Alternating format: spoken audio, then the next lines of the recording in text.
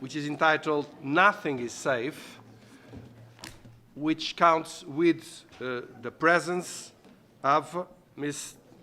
Nicole Carman, the Nobel Peace Prize. I think she is the only Arab woman that won this Nobel Peace Prize. A Yemeni citizen, journalist, activist, politician, and president of Women's Without Chains organization.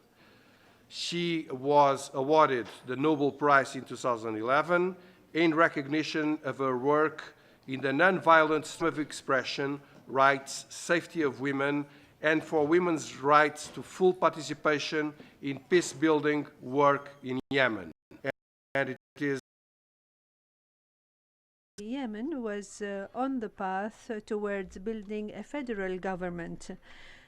Not long had passed since the end of the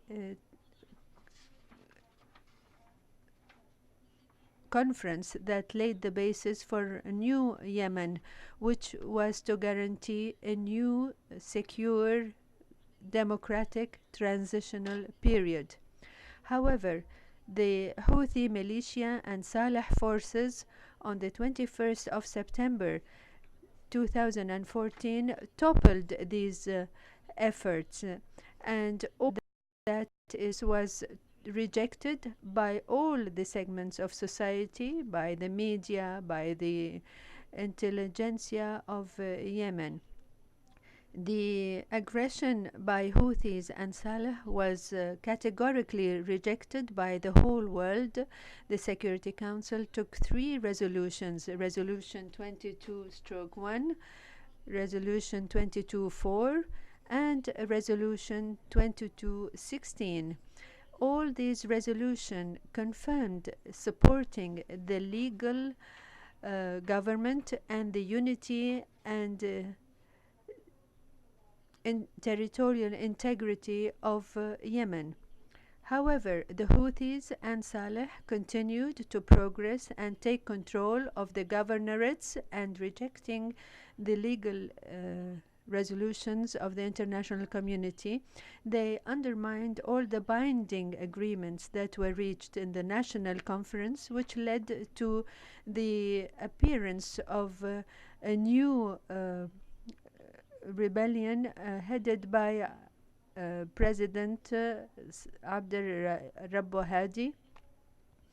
The civil strife alongside the army led to toppling the coup d'etat and the return to what has been approved in the dialogue conference. This led to rejecting war and resorting to a path of peace for rebuilding Yemen. However, this was coincided with the arrival of the Arab coalition headed by Saudi Arabia. The Houthi militias and Saleh forces resorted to besieging all the towns and cities, to shelling them, to hostilities, to planting mines around and inside the cities, particularly the cities from which they were withdrawing. Moreover, there were hundreds and thousands of politicians and writers and those who objected this policy that were found themselves under arbitrary arrest, and most of them continue to be in detention. The freedoms of the citizens and the citizens themselves were subjected to massacres at the hand of the Houthis. This report documents these events, which this information was collected by our organization, Journalists Without Chains.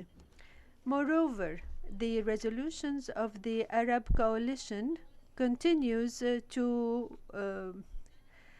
have collateral damage on the civilians, on the infrastructure, on the institutions, leading to major destruction and death and mayhem.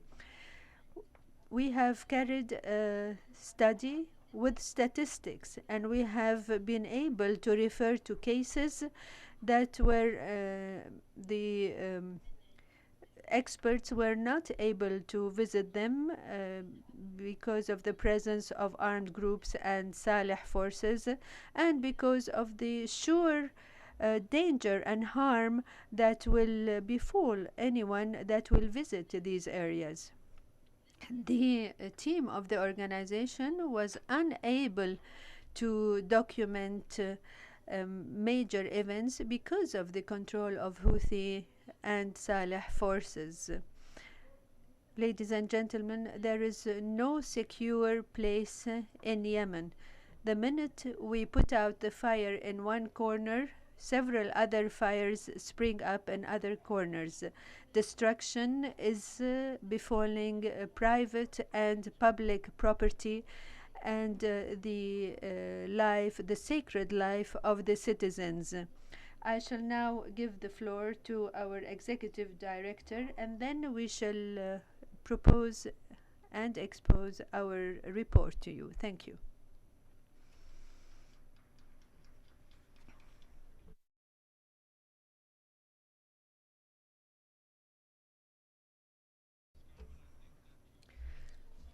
Powerful, are meaningful, and have to be heard. We cannot give a Nobel Prize of Peace and ignore the voice for peace. I'm very touched by all you have been saying, and I hope everyone around these United Nations and not only will be listening to your very wise words. And now we will have Mrs. Bushra Hassan Al-Suraibi. She's an activist who studied at the College of Mass Communication and Journalism in Sana'a University.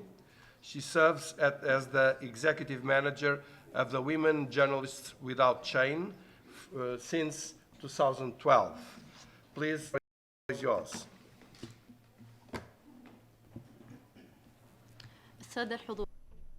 Ladies and gentlemen, good afternoon. Allow me at the outset to thank you for Journalists Without Chains regarding the plight of the civilians in our war. Your presence here is testimony to the importance you attach to the situation in Yemen, which found itself in a tunnel without light since 2014. Moreover, the war has not ceased since 18 months.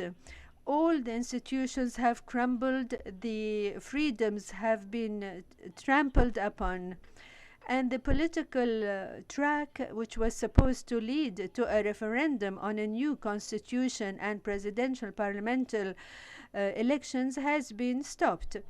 Therefore, our organization has documented all the violations of human rights. We were able to list a huge number of the names of the wounded and the dead as a result of these violations, and the place where the violations took place, whether it was in the street, in the house, in the square, at work, or anywhere, as well as the means of attack, whether it was shelling as a direct shelling, or by plane, or through mines, or through torture, or any mean.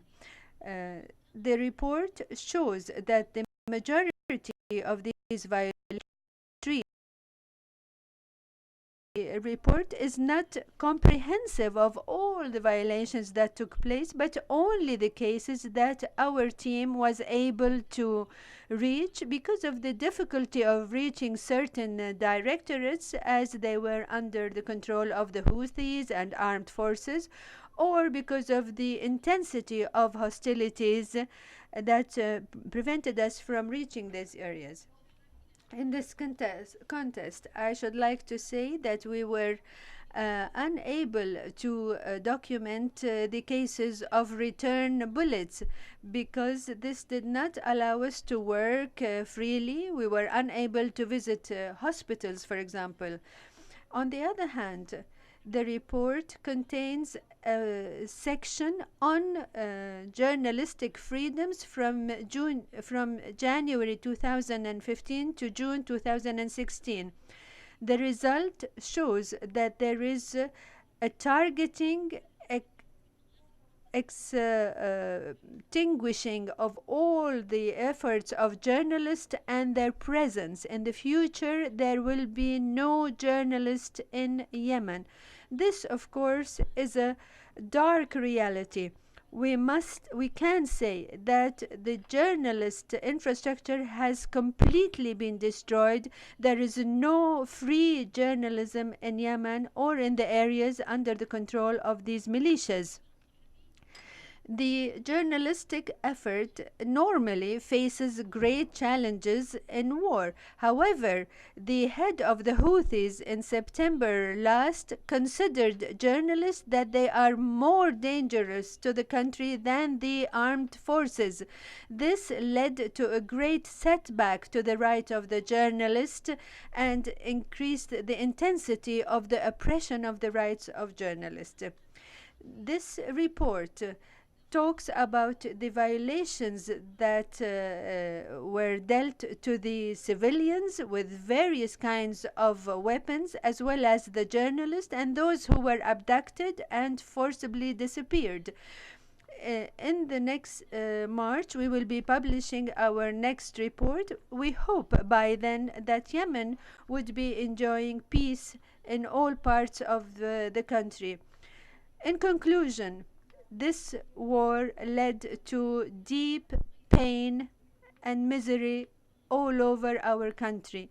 This necessitates doubling our efforts to bring the war to an end.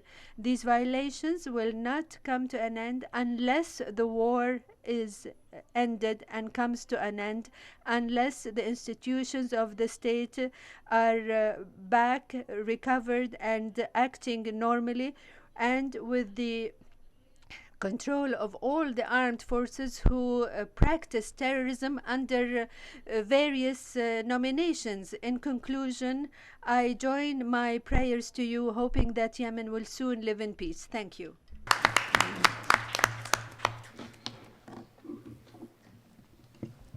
Thank you very much, Mrs. Surabi. I think that the plight of the journalists, and most in particular the women journalists, really has to be heard by all our nations. I do remember so many journalists, especially women journalists I knew in Iraq, and so many that were murdered, and so many that were so courageous. And this is something that deserves all our efforts and all our dedication. And now, before proceeding with the next speakers, we will have the opportunity of seeing a video on the situation in Yemen. So please, you can go ahead.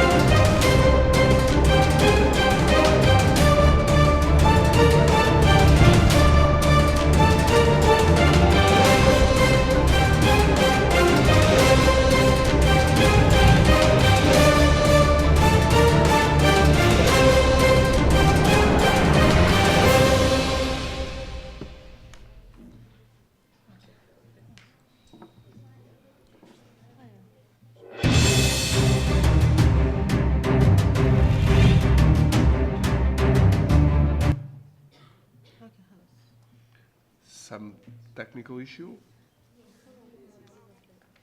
I would just ask for a bit of patience. أيوة أوكي إبراهيم. We are next proceeding. speaker, We are yeah. proceeding. So we are proceeding. I'm not sure if we will be able to see some more afterwards, but for the moment we are proceeding. And the next speaker is okay. It's Mr. Ibrahim Katabi. So, Mr. Ibrahim Katabi is a Yemeni American political analyst and a human rights advocate and organizer. Thank you very much for coming. First of all, thank you for having me. Assalamu alaikum. Good afternoon, ladies and gentlemen. So I'm going to go ahead and speak in English. What I'm going to talk about today is I'm going to summarize the report and numbers. It is sad to start with saying that nothing is safe in a country like Yemen right now. And the data that I'm going to show next is going to talk about the civilians and the violations or the crimes against civilians in Yemen. So I'm going to walk you through the summary of the report and show you the numbers and how and why and the method was used to target civilians all across the country. So can we move to slide number 1? Okay, so it is, this is based on a report, and I want to say before I talk about the numbers is that the report between March 2014 and March 2015. So it's covering only a year of the conflict, and also didn't cover almost everything that are happening in the country, but the cases that the team was able to get to. So we start here with the conflicting forces. We talk about the death and the injuries. If you look on the far left and the top, these are the crimes that were committed by the Houthi militia, the Saleh troops, what are mainly known in Yemen, the Republican Guards. The total death that was caused by the Houthis and the Saleh troops were 1424. That's crimes against civilians. You can see that against civilians were done by the Houthi and Saleh militia. This is part 1. Going to the second party, which is the Arab coalition, you're talking about a total of 1,230 individuals that were killed by strikes. Out of these numbers, 749 men, 169 were women, and 313 were children. Going to the other part of the chart is the injuries, which is 755 men, 130 women, and 237 were children. There is another part where the targets were done. No one knows who did it. Each side claiming that the other side did it.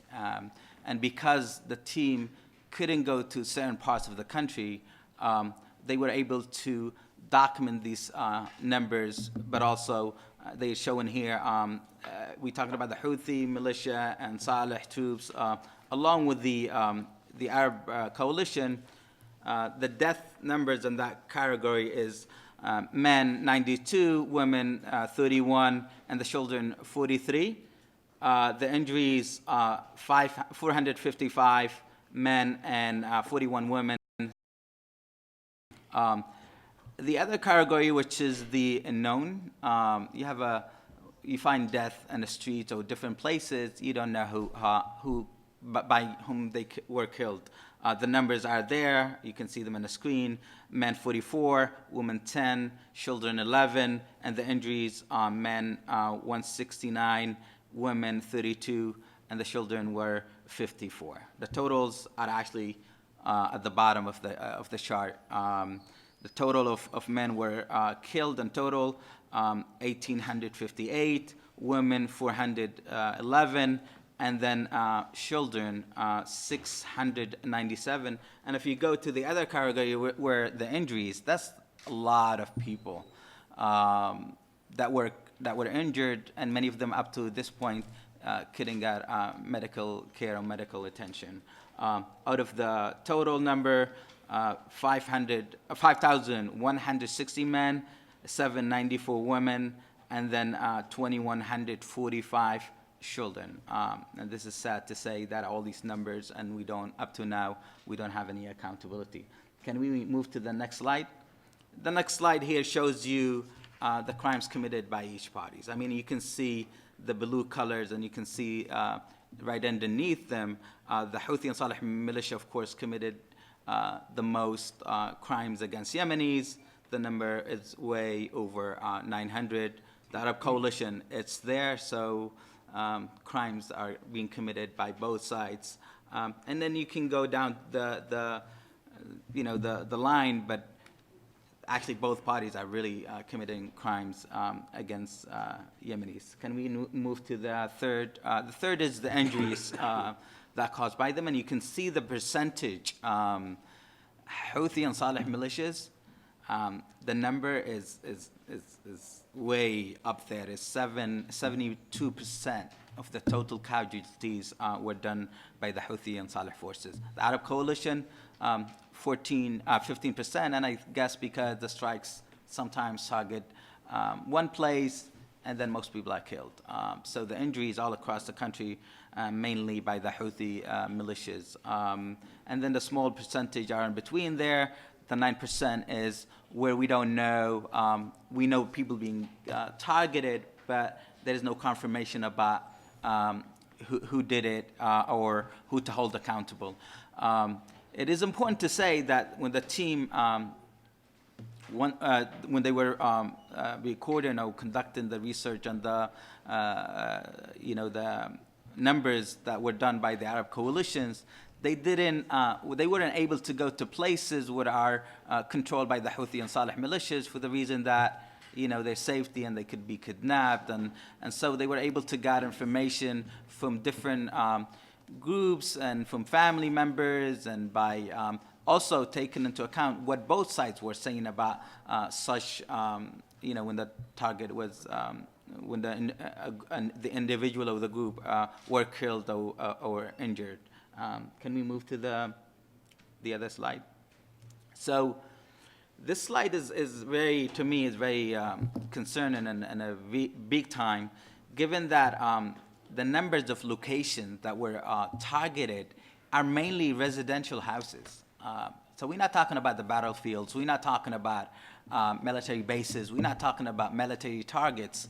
We're talking about mainly, if you see the number, is 553 of these attacks were done in residential areas and houses. And what happened in Tez, it's under siege, but also were mainly targeted directly by rockets and by tanks by the Houthi and Saleh militia. Also, I'm sure many of you have seen the photos in Aden and Al-Dhaleh and different places where the main target by the Houthi and Saleh militias were actually the cities, villages, because back then, at that time, there were no Arab coalition on the ground. It was mainly the Houthi and Saleh militias moving in different direction and just trying to take over the country. And as a result, they were just mainly targeting cities and villages. Streets, that's where when they were like groups facing each other, a lot of the crimes are done in the streets. And it's sad to see that military bases and crimes that the war was done mainly inside residential places and cities, which we're not supposed to have. I mean, this is a clear violation of the international law, and maybe even going forward is to come up with a way where military bases and the warehouses of weapons should not be stored and inside cities where they can become military targets. That's the two main ones. The other ones, you can see the crimes occurred in places like marketplaces, detention centers, fuel stations, hospitals, and health centers, bridges and roads, and so forth. And can we go to the next? This is showing you the targeted location chart, so you can see it really in the numbers. It's like if you look across the board, all you can see the main targets are residential houses and places where civilians mainly live, and the streets. So you can't get off your house. When the Houthi and Saleh militia took over Aden, if you leave your house to Gatwara, you can get killed. If you go to the roof, you can get killed. That's what we mean by the streets. You can't even leave your house, and if you do, as a result, you either will get killed or injured. Can we move to that slide? Here is the death and injuries were also committed by the Arab coalitions. The number is really high there, and is the targets. It's all over. Men were 749, women 169, children 313. That's the death. The injuries are men 755, and then women 130, children 237. So it's completely out. The number is really high, and what I wanted to say, out of the 34 cases that were the research was conducted, the data was not completely confirmed, but the team did the reporting on these numbers, and we didn't want these numbers to go unnoticed, or people forgot about them down the line. These numbers are there, are in the book, until we got to the bottom of this and got the full confirmation. But these are people and not numbers. I'm sorry to say that they are numbers, but these are human beings. Women, children, and men were mainly killed, and they are paying the biggest price in Yemen. Can we move to this is the same thing. The death and injuries, if you can see it all across the board, and this is where done by the Houthi and Saleh militia. There are if you read the report, so this is only the summary of the report. If you go to the report and then read the report, you will be able to get all the details on the cases, the method that they went about getting the research done, and also how they did it. So these are just a summary of what's in the report. There are a few cases that were not confirmed, but the vast majority of the Houthi and Saleh crimes were completely recorded. The names that are in the report, the ages, the locations, and so all these are, for the most part, were confirmed. Can we go to the, I don't know how many minutes I have, but this is also some of the numbers where each side is blaming each other, and we don't know who exactly did it. But also, there's some that were done clearly by the Houthi and Saleh, and also the Arab coalitions.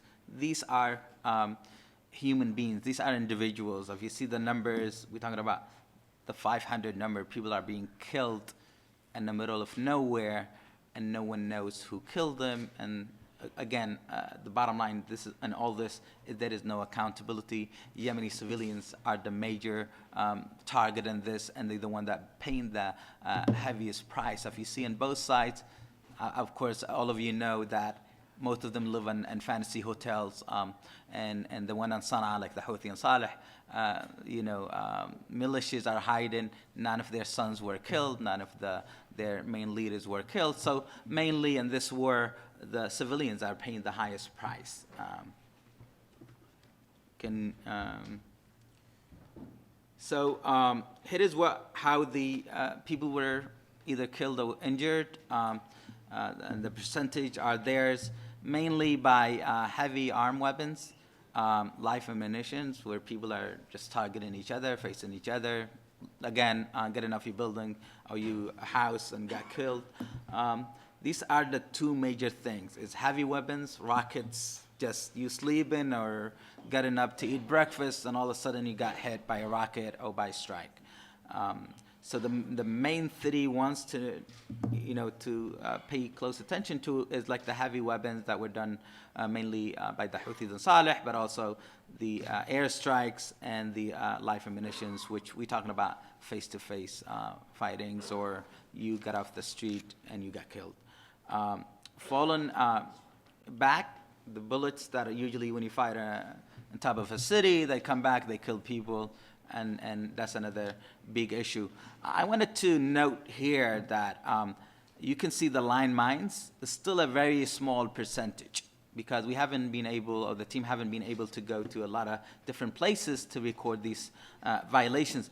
But at the same time, I think this is going to be the biggest problem going forward because the landmines are over. They put thousands, if not tens of thousands of landmines in the streets, different locations, main roads. And so that's going to be the biggest issue facing Yemenis into the future. Yemen still haven't been recovered from the landmines that were done in the 70s. There's still people are being killed by those. And now we're talking about a huge percentage of landmines that the Houthi and Saleh militias planted all over the country. And so Yemeni civilians will be the target, and it's going to be a big problem facing women and children going into the future. Can we go to the next slide?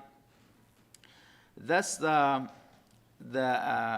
numbers and ratios of casualties and the way how the injuries were it's the same exact slide as the one before, but you can see the biggest percentage of people killed by either heavy weapons, and that we're talking about rockets, tanks, and heavy weapons in the cities, but also at the same time live ammunition and airstrikes. These are the main big things, how many Yemenis were killed or injured.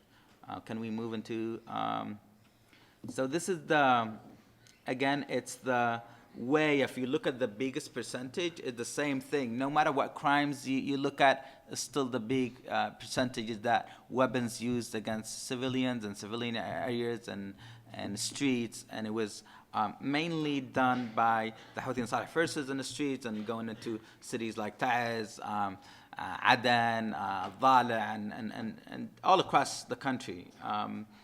The other thing that we haven't even been able to go to, like I said, the three main states that a lot of airstrikes were done there, and these are Sada state along with Amran and Hajjah.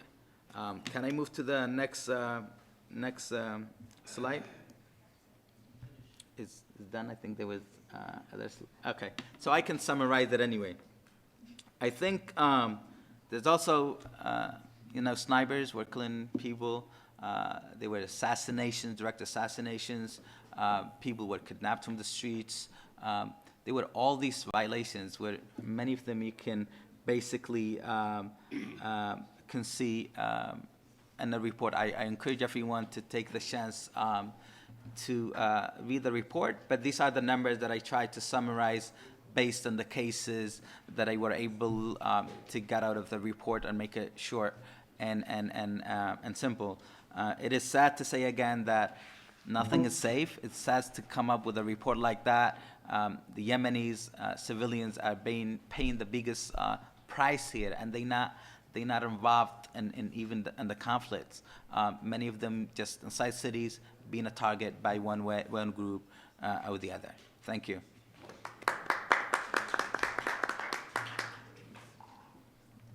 Thank you very much, Mr. Katabi, for your very comprehensive assessment and actually for the team that really made a remarkable job.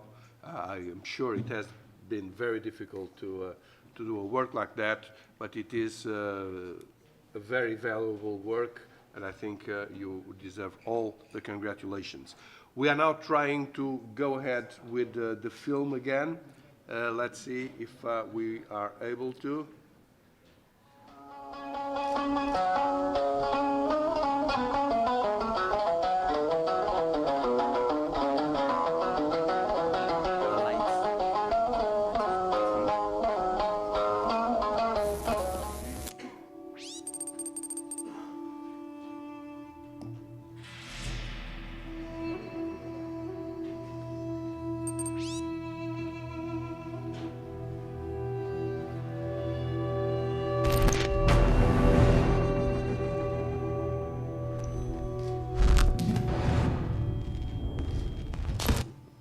في لحظة من اللحظات يعني كان في يعني ما يشبه القرار الجماعي، انه خلاص هذا النظام السياسي اصبح عاجز عن التطور، او بالاصح يعني لا يسمح بحدوث تقدم لحياة المجتمع. الناس خرجوا في ثورة.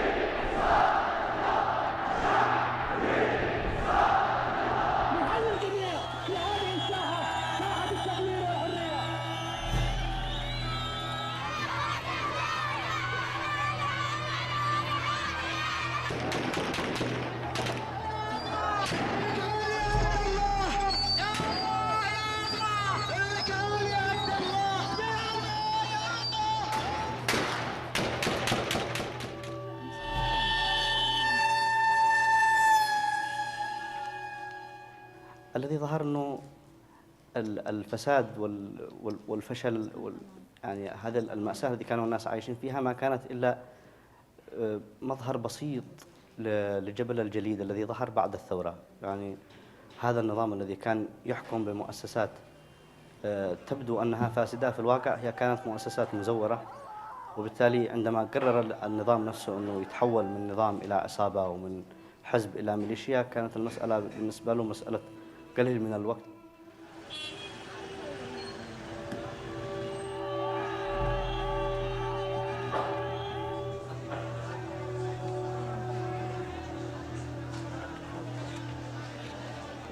من قبل كنا ننزل كراصدين ويتعاون معنا متعاونين من الميدان، وكان لنا مكاتب معروفة وأماكن نتلقى فيها الشكاوى ونرصد فيها، ولنا نشاط قانوني مصرح به. ولكن كلما مر الوقت وتطورت الأحداث ساءت ظروف العمل.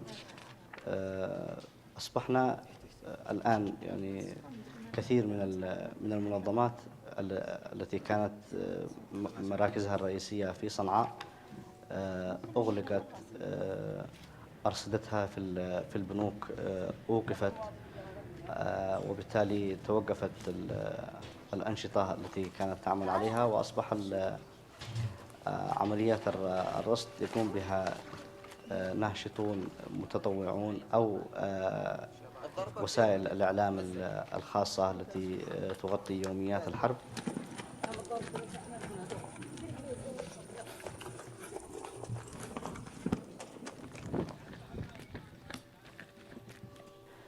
يعني إذا كان الجيش يقدم البلد لغمة سائغة لهذه الميليشيا ويدعي أو يدعو أفراده ومنتسبيه إلى الحياد في وجه ميليشيا تهاجم مؤسسات الدولة وتفرض قرارات على الدولة وتعين هذا وتعزل هذا وتطالب بعزل هذا، إذن نحن الآن أمام مرحلة أخرى.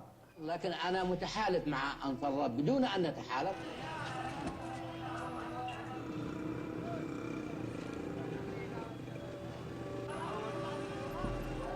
كانت الميليشيا تتحرك في الطريق من صعدة إلى حجة إلى الجوب عمران.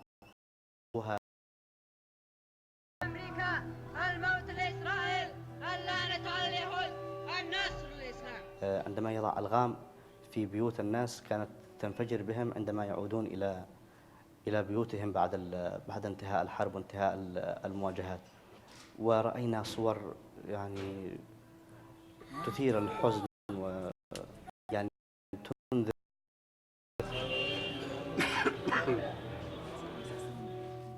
تعز بشكل خاص حوصرت، منع الناس من الحصول على المواد الغذائية، تعرضوا للإذلال، تعرضوا للإهانة. المستشفيات قطعت عنها الأدوية أو لإجراء عملية. شاهدنا الناس وهم يحاولون أن يفكوا هذا الحصار ويوصلوا المواد الغذائية والأكسجين إلى المستشفيات على ظهورهم في طرق وعرة وعلى ظهور الحمير. عندما يكتشف الإنسان أن الحمار أصبح أكثر إنسانية من بعض الناس، كانت مواقف صادمة ومؤثرة. كيف أصبحت توجد في أماكن أخرى خطرة ويصبح هؤلاء الأطفال ضحايا ما بين قتلى وأسرى وجرحى. في الواقع الميليشيا لا تنكر تجنيد الأطفال، بل تضع صور الأطفال الذين قتلوا وهم يقاتلون في صفوفها